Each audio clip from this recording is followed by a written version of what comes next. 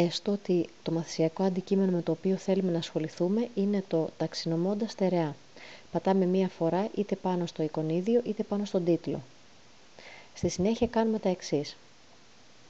Επιλέγουμε τον τίτλο του αντικειμένου και με δεξί κλικ αντιγραφή μεταβαίνουμε σε ένα Word.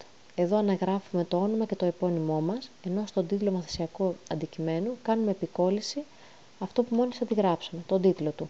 Στη συνέχεια, στο πεδίο διεύθυνση μαθησιακού αντικειμένου, αντιγράφουμε από το φωτόδεντρο το URL του μαθησιακού αυτού πόρου και το κάνουμε επικόλληση στο αντίστοιχο πεδίο μέσα στο Word.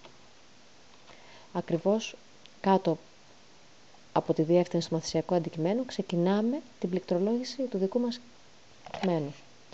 Στη συνέχεια αποθηκεύουμε το έγγραφο του Word στην επιφάνεια εργασίας, δίνοντάς του ως όνομα το επώνυμό μας και δίπλα τη λέξη φωτόδεντρο.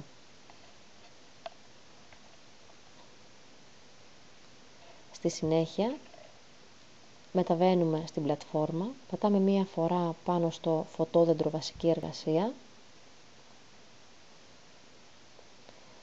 πατώντας το αναζήτηση βρίσκουμε από την επιφάνεια εργασίας μας το έγγραφο του Word που μόλις δημιουργήσαμε, πατάμε άνοιγμα και στη συνέχεια κάνουμε υποβολή.